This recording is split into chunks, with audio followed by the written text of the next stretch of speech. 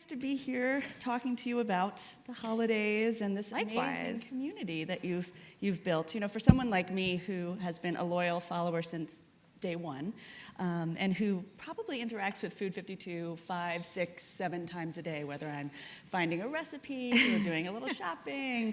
What's most remarkable to me when I see that clip of you and Meryl in the kitchen is that it began from this really genuine place of two friends cooking together in the kitchen.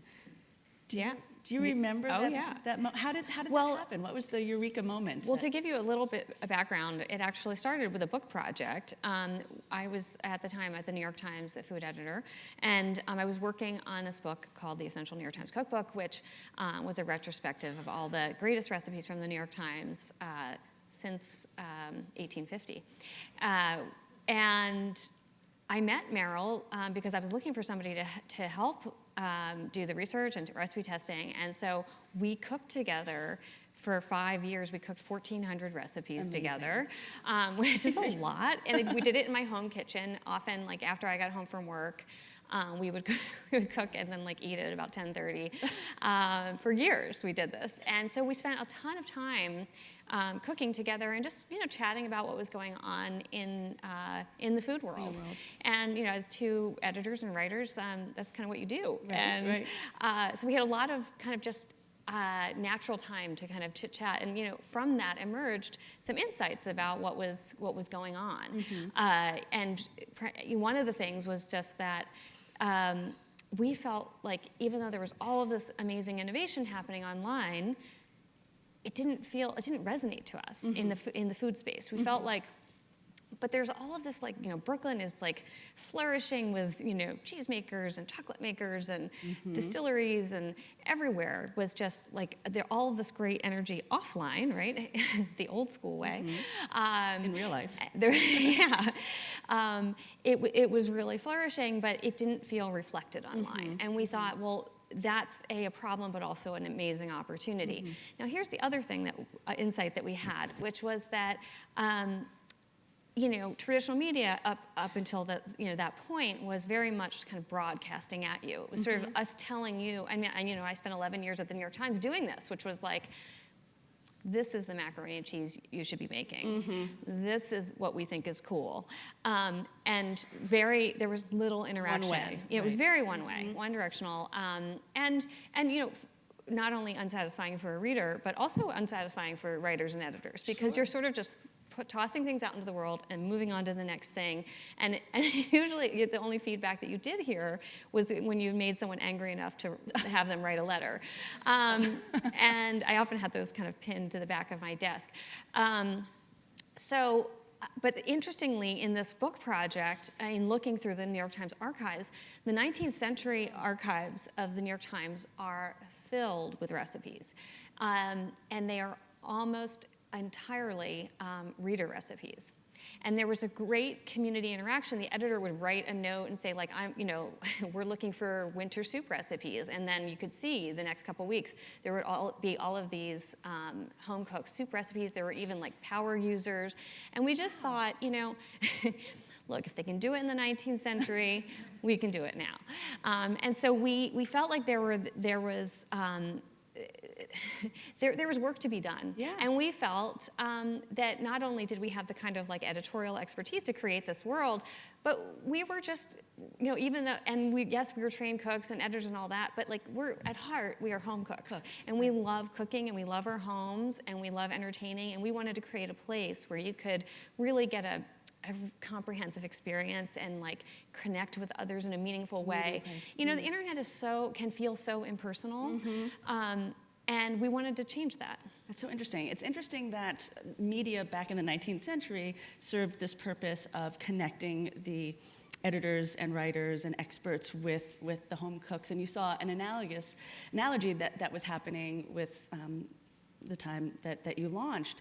And social media then was in its infancy. How did you, Twitter was just starting. How did you engage home cooks through social media or the site? How did that happen? I remember the contests early on. Sure. I mean, it was fairly easy because I think that we had sort of detected this, there was this kind of lack of interaction in media, and therefore, and a yearning existed. And so if you gave people reason and to interact, it was quite easy. So we obviously, when we launched, Twitter was a big way for us to kind of like, have conversation with our community, and like let them know about the things that we were posting. But a lot of the ways that we interact with our community now didn't even exist. So Instagram, which is our most, I would say definitely our kind of like most popular social media account, wasn't around. Right. Facebook was still relatively new. People certainly weren't like posting videos and having recipes. I mean, there was just social media has done nothing but kind of like benefit the kind of community that we wanted to build. One of the things that we thought a lot about was how it wasn't that communities didn't exist online, but if you went to a site, there would be a community button, or like it would be part of the navigation. And we thought, well, that sort of So true. Separate. it sets it sets a tone. It's kind of like, you're over here. We're running the rest of the place. And we didn't feel that we wanted community to be everywhere. So there is no community button on our site. It's in the recipes, it's in the comments, it's in the, it's in on our hotline. We have this hotline where you can ask any food or cooking question at any time, and people from the community and our team answer all the time. I answer hotline questions every week. I answer, I respond to recipe questions probably once or twice a day. And this has been for 8 years. Right. So, it's like, we don't have a community. We are the community. The whole thing is a community. Yeah, and I think that actually social media and different platforms have only enriched it. I think that some companies have felt like, oh gosh, it's this other thing, this other like beast we need to feed, and we don't see it that way at all. It's like, if we can meet you where you are and serve you in a way that's interesting and kind of enrich your experience, and we can learn from you, then that's great. We really grew our Instagram account primarily by doing what we call F52 grams, where every week we have a theme, and it can be anything from like, stew week, or it could be theme theme for this week. Yeah, or swirls. I mean, it can be really like kind of like just conceptual, and the idea is that for people to then tag their photos, and then we repost our favorites. And what happened was that people would tag their photos, and then they would, loop in their friends, and then which made them aware of what we were doing, and it just has created this really super engaged community on Instagram. If they come to Food52 to then like check out our recipes or shop in our shop, that's great, but that's not our goal. Right. One of the nice things about what you have done at Food52 is you've sort of democratized the world of food and elevated the home cook and your members to celebrities in themselves, and people start following and looking for particular recipes that you all have brought to the forefront because they've been so popular. What are some of the most popular recipes that have emerged out of your community, specifically for the holidays? I mean, I think this is I'm thinking about how for us home cooks, it's the busiest time of year. Have any particular recipes emerged from your so many. Well, I'll tell you a long-standing, one of the most popular recipes on the site, which isn't necessarily a holiday dish, but certainly is a fall dish, is kale and quinoa pilaf. Which always makes us laugh that we're winning the SEO game in kale and quinoa. We'll never win chicken, but and that comes from a community member, and it's one of those dishes. A lot of the best dishes on our site are. They don't have a lot of ingredients. They on the surface may not seem that interesting or complex, but then they have little details. And so I think in that one there's a little bit of there's Meyer lemon juice, and there's a little bit of, I want to say, fennel seed in it, and it's just these little tiny details and this is the way home cooks, great home cooks, think, is that they don't have a sous chef, they don't have somebody doing their dishes, so if they want to take something that's good and make it really great, they have to be really kind of inventive and economical. Yeah. Both with like their time and the sort of amount of ingredients. So that sort of speaks to, I think, what a lot of home cooks, what we all look to and are looking for the holidays. We're looking for, like, what are those little upgrades? One of the things that over the years as a food editor, I've learned that when it comes to Thanksgiving, I'd be curious if you all agree, people have their family favorites that they do every year, but maybe they're looking for one or two little things. So that add just a little burst of something fresh or new. I'd be curious to know what your family recipes are for the holidays, for Thanksgiving. Do you have the standbys that you do year in, year out? So as a food writer, I sort of feel like it's a little bit like the cobbler's kid. Kids have no shoes. Yeah. It's not that we don't have a Thanksgiving dinner, but I'm on the hotline on Thanksgiving Day.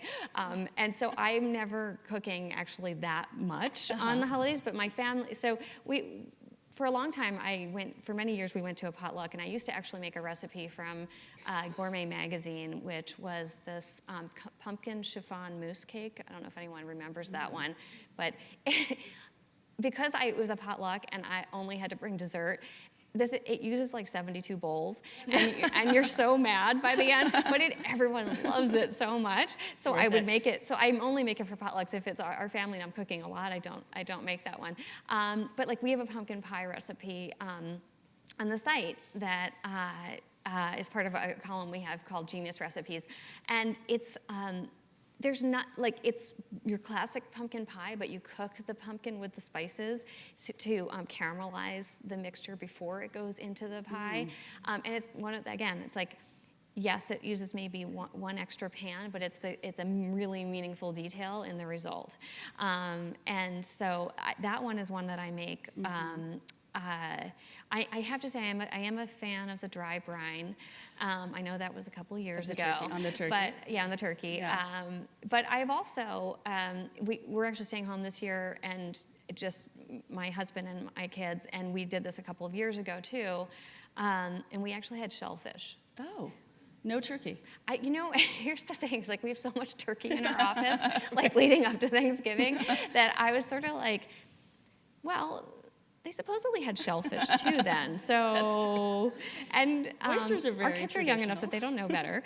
So it all worked. Actually, yes, we've had oysters. And I sort of feel like with Thanksgiving that one of the things that we have learned in having a site as one that especially that's so community oriented is that there's two things that we've learned. People don't defrost their turkey in time.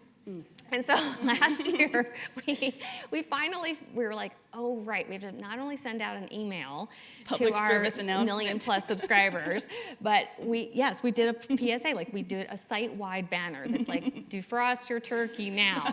And I'm guilty of it too. So there's that, and the other observation is that like people lose their minds over Thanksgiving, and I think some of my approach to Thanksgiving has been a reaction to that, which is like, believe me, I get freaked out for dinner parties, so it's not like I'm like super smooth in the kitchen, but I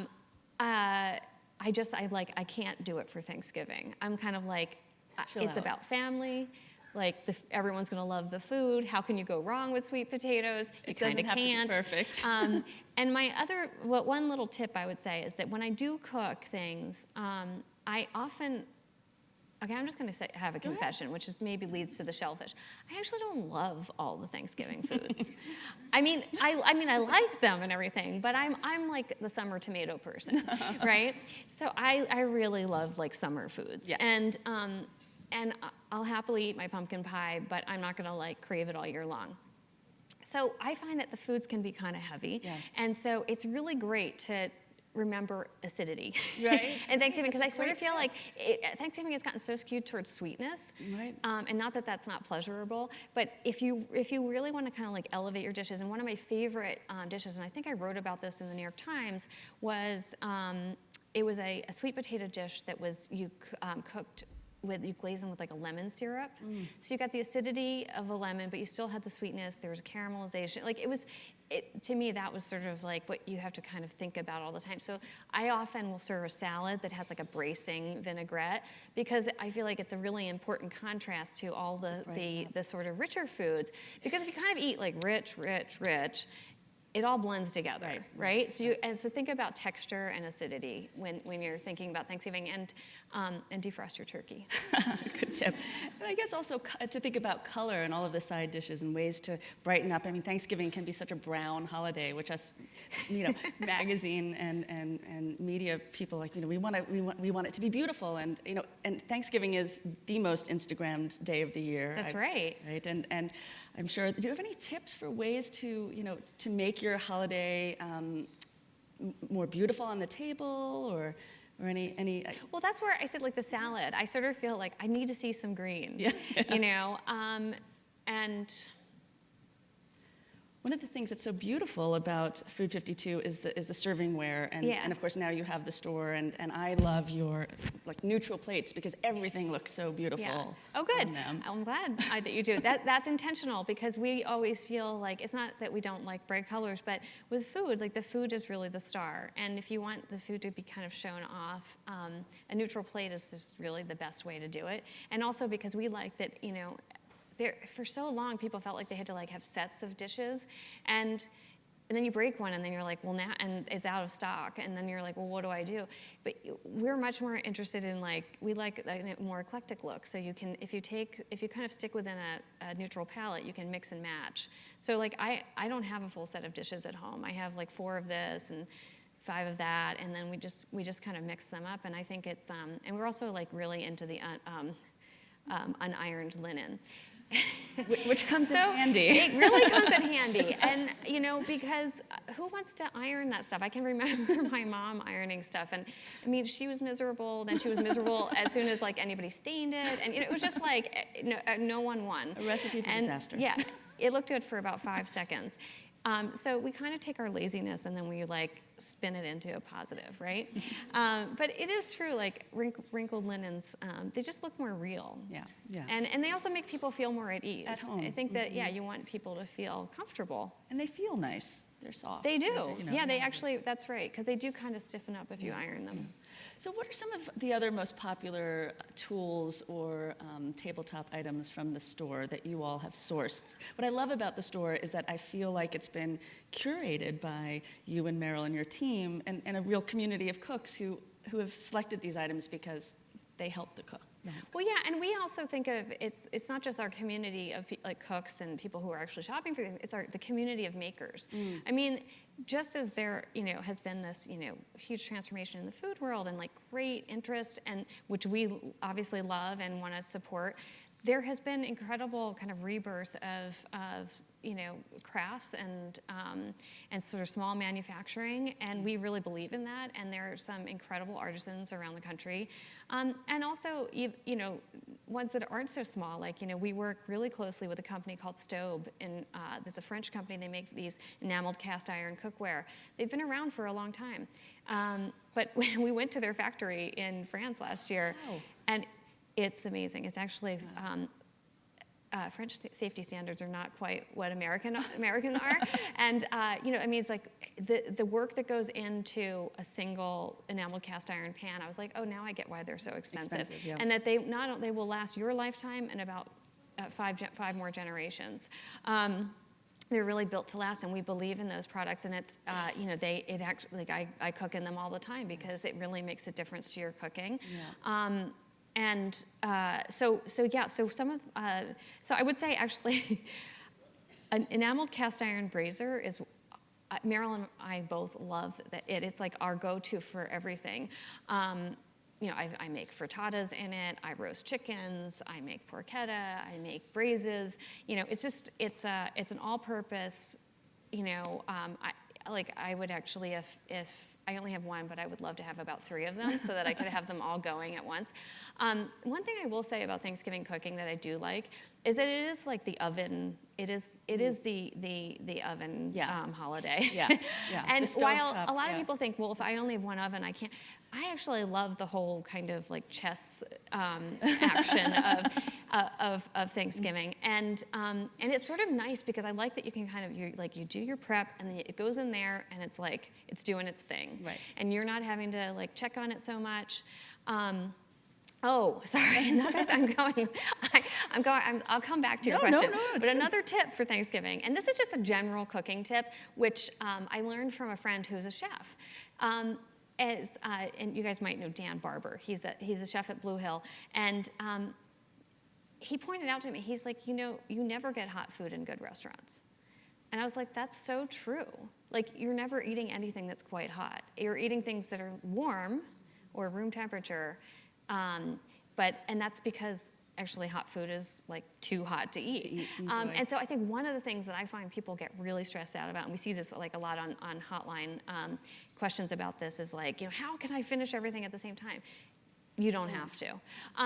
It is nice to have your turkey hot, but a good trick is that like turkey, first of all, once it's cooked, it's going to hold its heat for a really long time, and you can. I always put my plates on the back of the stove, and they just from the heat of the kitchen will just get nice and warm. If you put like medium temperature turkey and then you pour hot gravy on it, boom, you're done. It's warm again. There's a lot. I feel people get sort of unnecessarily stressed, and once I learned that, it actually took so much anxiety out of like entertaining, because I was just like, it'll be fine. It takes a while for things to cool down, actually. So unless you have your AC up, so that's just a good little. So room temperature food. Room temperature food. But so the tools, we have these. So Meryl and I, we have buyers who like go out and source things, and then once a week we have a meeting, and where they present all the new products, or and then we talk about them. We taste things, we test things, and then Meryl and I give the final yay or nay. And it's a great kind of lively discussion. Sounds fun. I would love to be there for that meeting. It's my favorite meeting of the week. And I'm generally allergic to meetings. But there is a lot of thought and care that gets put into the products that we sell. And there are a lot of products that we have, that we love, that are kind of revivals of things that maybe you haven't seen in a while. Like there's a brand called Roasty Maple. Do you know them? And they, like in the 80s, 70s, 80s, they had these melamine bowls, which I think red was like the hot color then. We don't do red. Neutrals. We like the neutrals. They were these kind of nested melamine bowls. Really, like they had a heavy base, so with a little rubber gasket, so it wouldn't slide around your counter.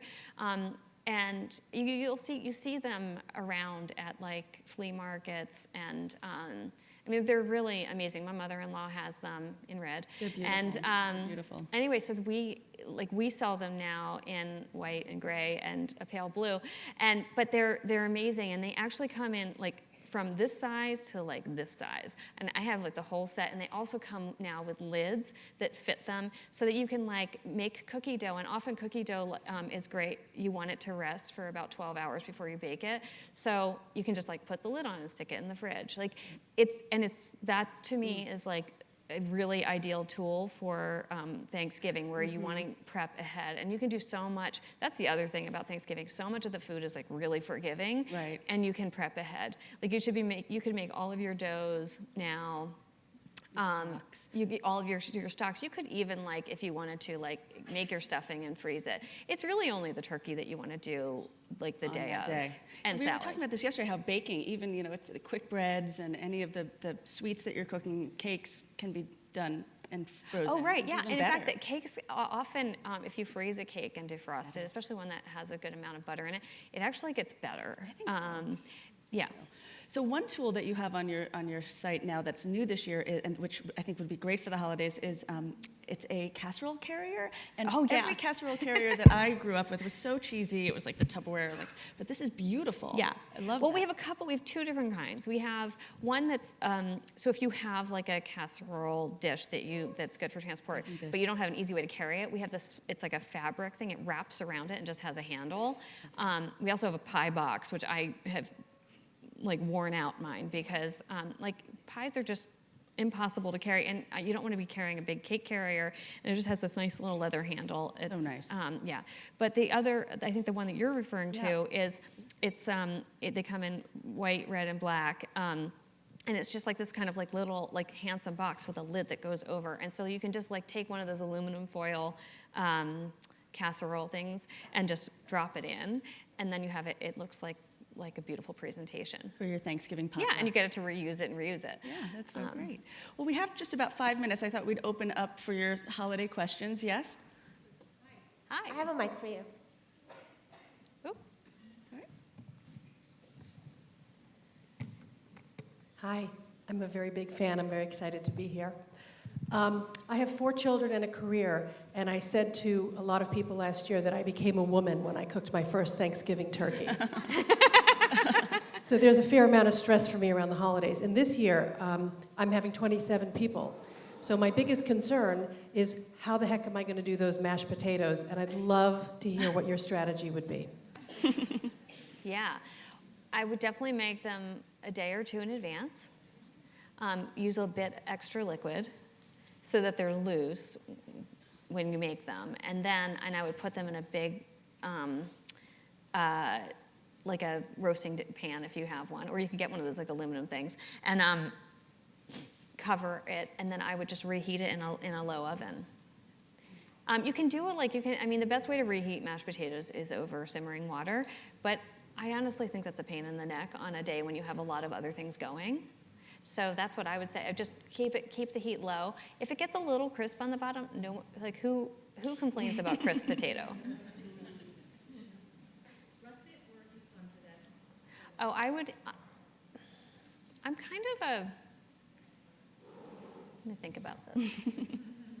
I think I'm kind of a russet person. It absorbs liquid nicely, and it's not as likely to get kind of like gluey. I think they reheat nicely. Yeah. Mm-hmm. Better than Yukons as well.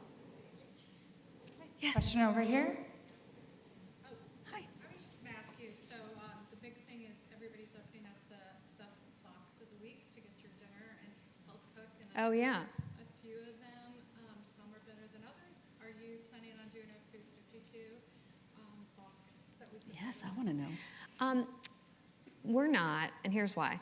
Sorry, can you repeat the question? Yeah, okay, yeah. So the question was, there are these, meal kits like Blue Apron and Plated and Peach Dish that have kind of cropped up everywhere, and we think they're amazing in that they've gotten a lot of people to cook things that they wouldn't necessarily do, or even just to get them to cooking, right? And we're not surprised that they've taken off. This is our premise, right? Like, people want to cook. They want to eat well. People want the sort of joy of cooking. But let's face it, it's hard to kind of get to the grocery store. There's a need for the convenience. I'm going to use this as a segue to talk about our book. But anyway. Thank you. Here's the reason we don't want to do it. It's not like maybe we would partner with somebody, but those companies are logistics companies, and we're not a logistics company. It's not an expertise that we have.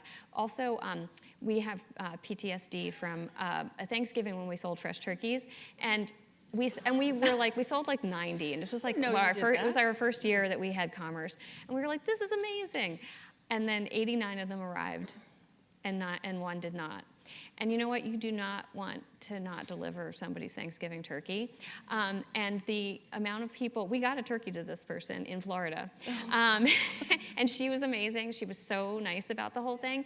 But it took about 5 people working around the clock to figure out the logistics of getting this turkey, because of course the farm where the turkey had come from had run out of its turkeys. Oh, no. And it was a heritage turkey, sourcing a heritage turkey the day before Thanksgiving, or actually on Thanksgiving Day, not so easy. So we were a little scarred from dealing with fresh food logistics. So that's why.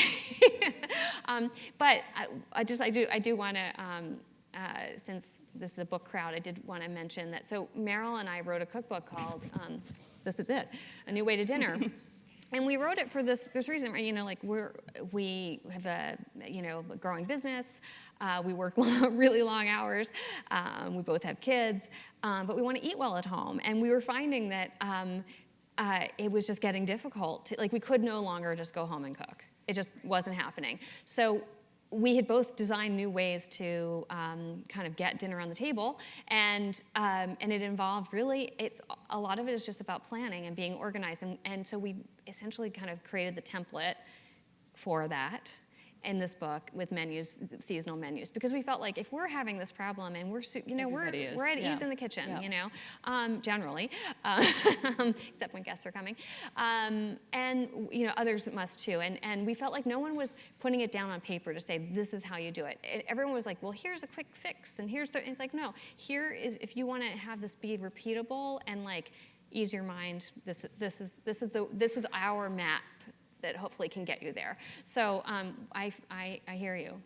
What's so great about this book is it's a week-long sort of strategy roadmap to making weeknights easier and more efficient. And what I love about the recipes is that you'll have one component, different components that then can be used in different smart ways. So yeah, I mean, this is the way we cook. So for this week, made a Thai steak salad with jasmine rice. The leftover jasmine rice I'll do a crisp rice cake, like where I'll cook it in a nonstick pan and oil. So it kind of like transforms, and I'll use that for like a rice salad. And then the leftover steak I'm gonna use in a different dish. So, it's instead of just like making a big pot of stew and then like by Thursday you hate the stew, it's a way to kind of make easy tweaks, but everything basically gets cooked on the weekend. I order fresh direct on Friday night. I literally write out my menu. I go to the Green Market on Saturday and I cook on Sunday. And then I don't cook really during the week. And as a reader and somebody who uses this book, what's great is that it's infused with all of those like smart little tweaks that you were talking about earlier. Those things that Meryl and Amanda just like know that I feel like I'm learning as I look at the menu for the week to come. It's fun. It's great. Any other questions? Yes. Hi. I've seen a lot of vegetarian and vegan recipes on your site, which I think is fantastic. I'm wondering if you're seeing a trend for more plant-based recipes. Oh, definitely. It's interesting because we wrote a book on vegan cooking, which was written by Jenna Hamshaw, who was one of our contributors, who was a community member. She was an established blogger at that time also, but it was a great way to collaborate with community to do that book. But we did it because her column was very popular. We at the same time did a baking cookbook, and just because of like traditional sales, we assume like the baking book is going to like far outsell the vegan book, and in fact the opposite has happened. Interesting. And we wrote it as a like vegan for everyone. Like you don't have to be vegan to like these recipes. I think that's the hurdle that people are getting over, is that like plant-based cooking is for everyone. It's not like a specific diet for this segment of people.